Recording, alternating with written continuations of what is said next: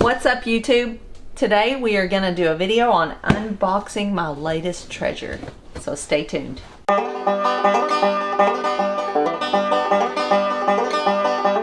Okay, so for a while now I have been buying wheat in bulk, and I like to do sourdough, but also like to sprout wheat, and I've also gotten into grinding my own wheat, whether it's I just grind it fresh and use it in sourdough, or I sprout it first and then grind it.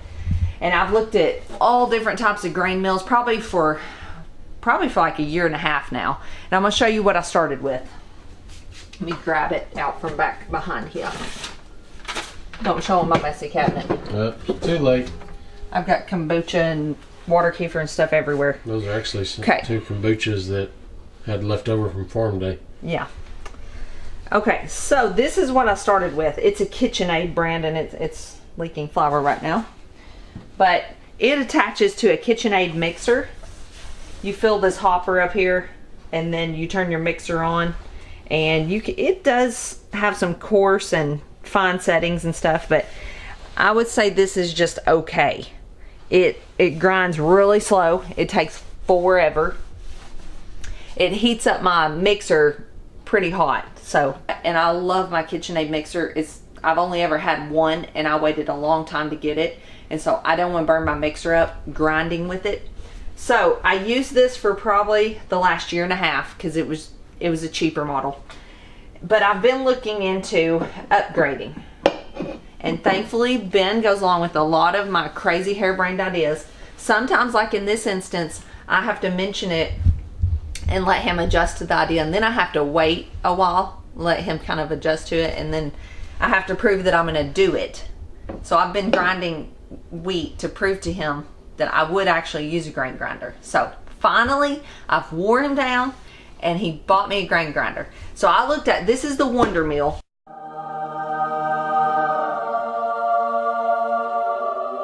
This one is quick.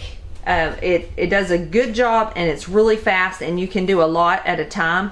There's also, I looked at the Mock Mill, which Wardy at what's it called, Ganofaglen's, I think, or whatever it's called, Traditional Cooking School. That's what she recommends. That was just out of my price range. The other one, I'm trying to think what the other one besides the Wonder Mill. It's left me. A lot of people compare the Wonder Mill and the... A few moments later. Okay, so as you can see, I purchased the Wonder Mill. I compared it and the Nutri-Mill. Now there's several out there. There's the Whisper Mill, the Mock Mill, like I mentioned. But I narrowed it down to the Wonder Mill and the Nutri-Mill based on what I could afford. And here's why I went with the Wonder Mill. Now, I have not used this yet, obviously, so these are just things I read reviews and researched on. But the Wonder Mill is faster.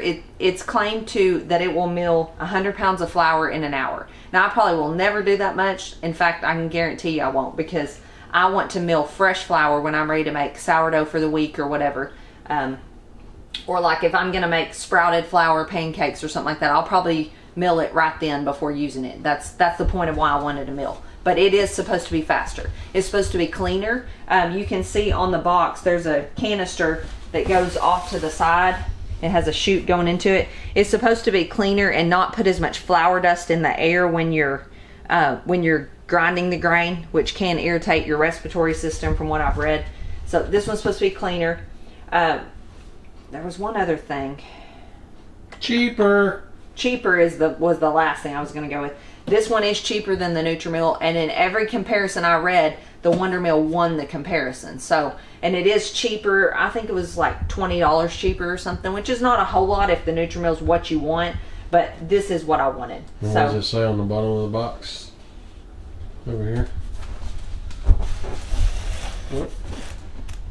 The world's quietest. Quietest, yeah. I think that was the other thing, maybe. I can't remember, but it was supposed to be a little quieter. So, anyway, both of them, the Nutri-Mill and the Wonder Mill, had the stainless steel grinding heads, so they work similarly. So, I think either one you go with would probably do what you want. This is just, I had to narrow it down, so this is the one I picked. So, I'm going to unbox this and let you kind of see me do it. And it's got directions on how to do it. So I'm just gonna get it out first.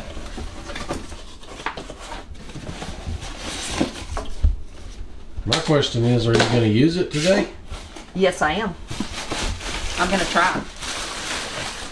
I don't know though, I'm running out of time. It's church morning and I always seem to make us late. But if you can see Ben in the background of this camera, I'm the only one that's ready. So I just want to put that out there. Emily's in the background yelling that she's getting ready. Usually I'm last, but just like Ben says, to toot my own horn, I do more than them. I cook breakfast, I clean up. Oh. So, I mean, what do you expect? Ouch. Throwing shots early this morning. Okay. I may not get this. Y'all may not be getting pancakes. I might just grind some flour and you can have pancakes later.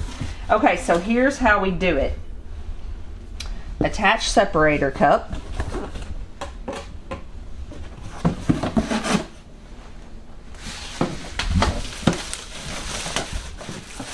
Some of this may already be done. Mm-hmm.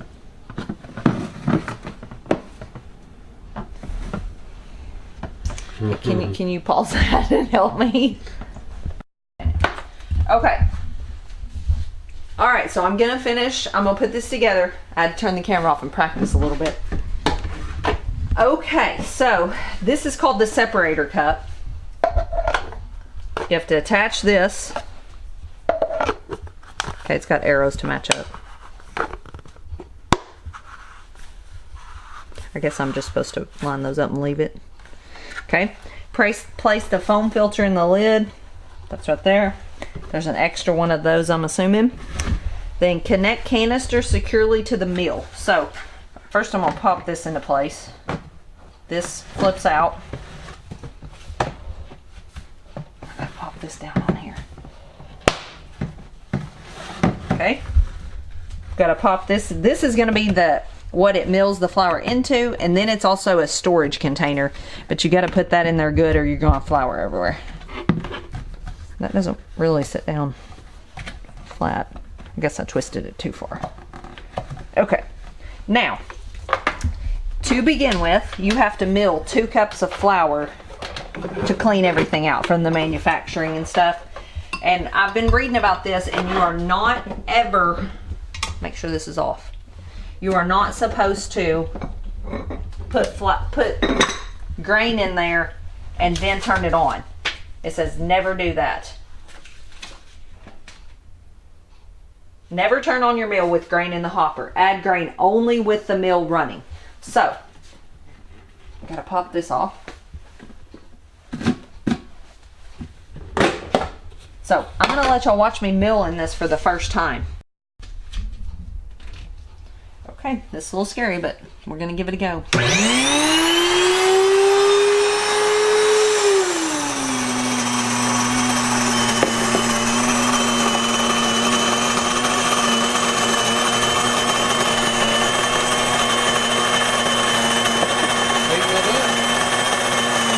so this is the cleaning cycle, so I'll have to discard this flour, which is so sad, but it should be the only time.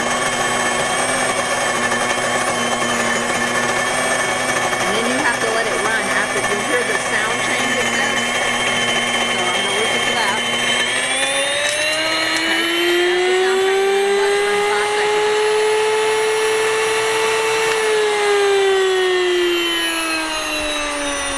Okay.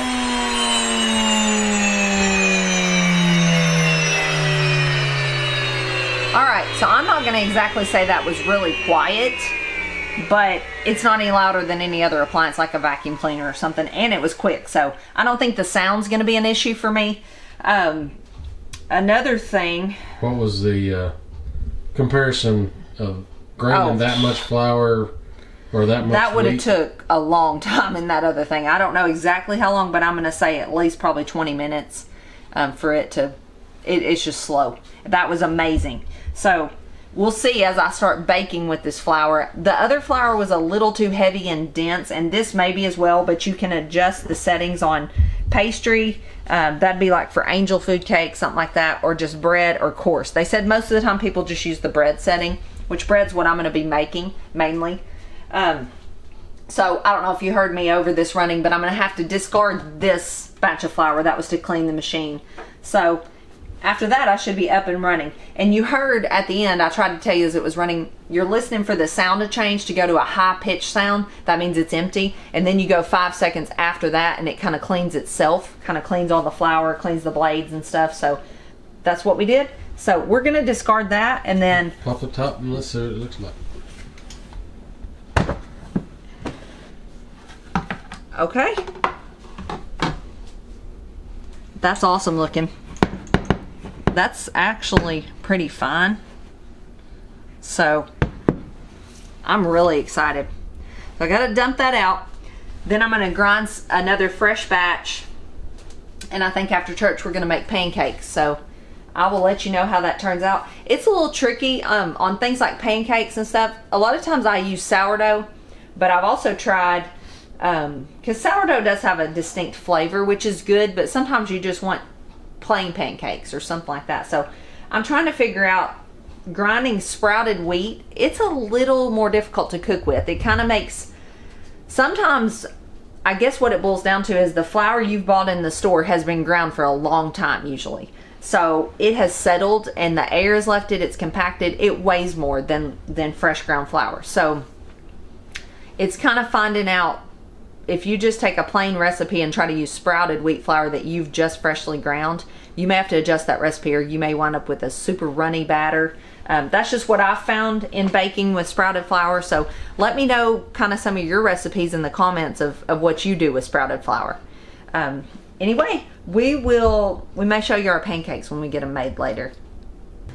Okay guys, so I'm back. I ran the test run of the flour through my new grain mill, my Wonder Mill, and that was to clean out the mill and all the things associated with manufacturing it. So now I have taken 2 cups of wheat berries and ran them through. Let me tell you a little bit about my wheat berries. I told you, I think earlier, I get them from Azure Standard. I order from them. I try to once a month. That's when our pickup is around here, and I'm going to do a full video on ordering from them and what all I buy from them, because I get lots of things from them that I don't produce myself. They're an organic company out of Oregon, and the more you buy, the bigger quantity. If you buy in bulk, the cheaper the price. So I actually am going to show you a little bit more of my craziness, as my kids call it, and show you some of my things I store in like food grade 5-gallon buckets and things like that, because I can get a better price for doing that. You don't have to buy in bulk by ordering from them. Absolutely you don't. You can buy small quantities just like you would at the grocery store. I just like to do that. So anyway, but that's where I get my wheat berries from.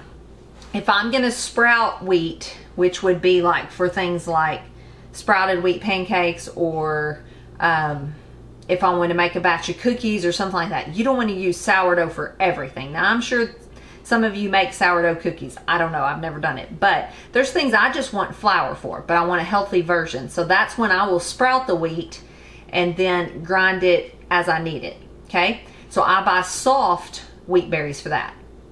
For sourdough, things I'm gonna soak, I'll buy hard wheat berries. They make a better like bread and things like that, and that's what I use sourdough for mainly, is bread making. So that's just a little tidbit. So I have ground this flour, did a really good job really quickly.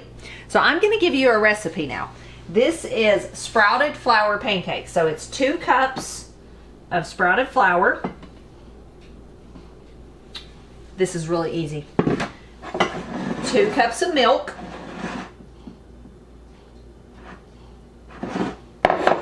2 eggs. Grab the eggs. Farm fresh eggs is best.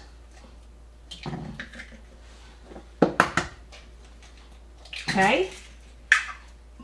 I'm just mixing all this together in a bowl. I'm going to move this over here. It's going to look like a runny pancake batter. Let me grab something else. These are the last 2 ingredients, and as you can see, This is baking powder. It's outrageous amount. You don't have to buy that much, but again, if I'm buying stuff, I try to get away from buying convenience foods and buy ingredients is what I like to buy. So if it's an ingredient in a lot of things I make, I'll buy a big quantity because that's mainly what I buy. I'm not buying convenience foods. If we want cookies, we make cookies. Or if we want ice cream, we make ice cream. Things like that. Okay, so it's a tablespoon of baking powder and a teaspoon of salt. And that's all. Okay? So I'm going to whisk this up and get started. I don't know if you can see it. I'm going to cook it in this humongous 14-inch cast iron skillet. Actually, I think this is 12. After I say that, I think this is 12. But it's still pretty big. I have two this size, and I cook in them a lot. I have smaller ones too. I have all sizes.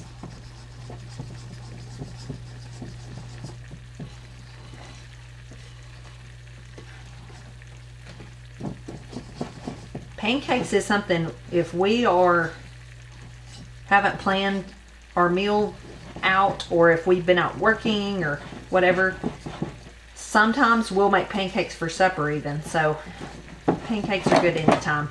And using the sprouted flour, it just makes them so much more easily digestible. You may be thinking, why are you sprouting flour? And why are you messing with sourdough and all that? Well, let me tell you. I did a video on sourdough, but that's been a while. So if you sprout or soak, as in sourdough, things like that, it breaks down the anti-nutrients that are present in wheat. Because think about it, wheat is a seed. So it's got God-given protection on it so that it can go in the ground and that outer coating can dissolve when it's needed, so that then it can turn into a new plant. That's what seeds and grains and things like that are. It's to produce a new plant. Well, those have things in them to protect them until that time is right for them to sprout a new plant. Well, those aren't necessarily good on our digestive system. So if you sprout or soak your grains, and even like your beans and things, you're helping start that breaking down process, so your gut, for lack of a better word, doesn't have to do all the work. Sometimes that's why when you eat beans, you might get gassy afterwards. That's because it's producing those things in your gut that your body doesn't need. Okay, so that's the benefits of soaking and sprouting. Okay, this turned into a nice, thick pancake batter. I'm really excited about how this looks. I'm going to get some of these on to cook, and then I'm going to show you something else I've got going on.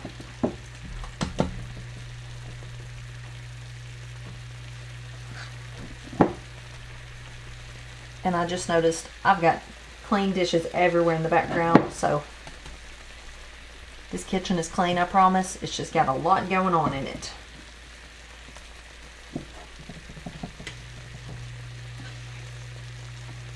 And after I get this done, it is fall gardening time. So I'm going to be planting a fall garden this evening. So, and like I said, the Azure Standard, I love them. I get nothing for telling you that. I just really love them. I discovered them a few years ago, and if you can find a drop point in your area, you should totally get in on that. I'm going to do a full video on things I order from them as a homesteader that produces a lot of our own food. The things, I'm going to tell you about the things that I do buy from them and the things that I buy in bulk and things like that. So stay tuned for that. But I am going to take you over here and show you. I have got, this is my other big cast iron skillet. So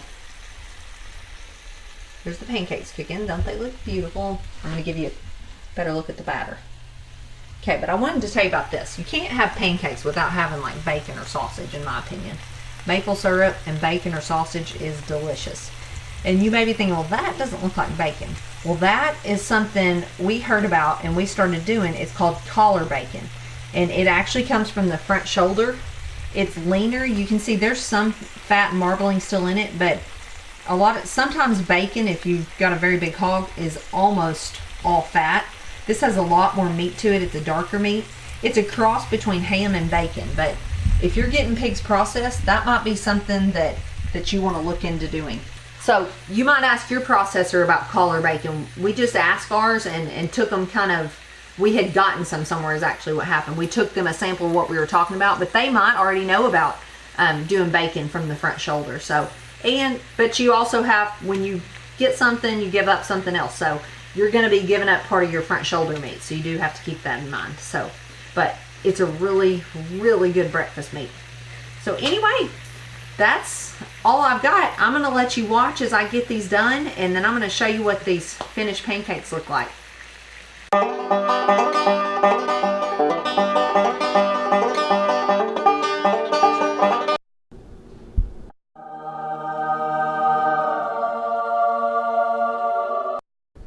Alright guys, so I hope you enjoyed this video. That's our new grain grinder, and hope you enjoyed the recipe. Try some collared bacon, it's really good. And we will see you on the next video. Stay tuned for the Azure video, and we've got some more exciting things coming up. So stay tuned, and God bless.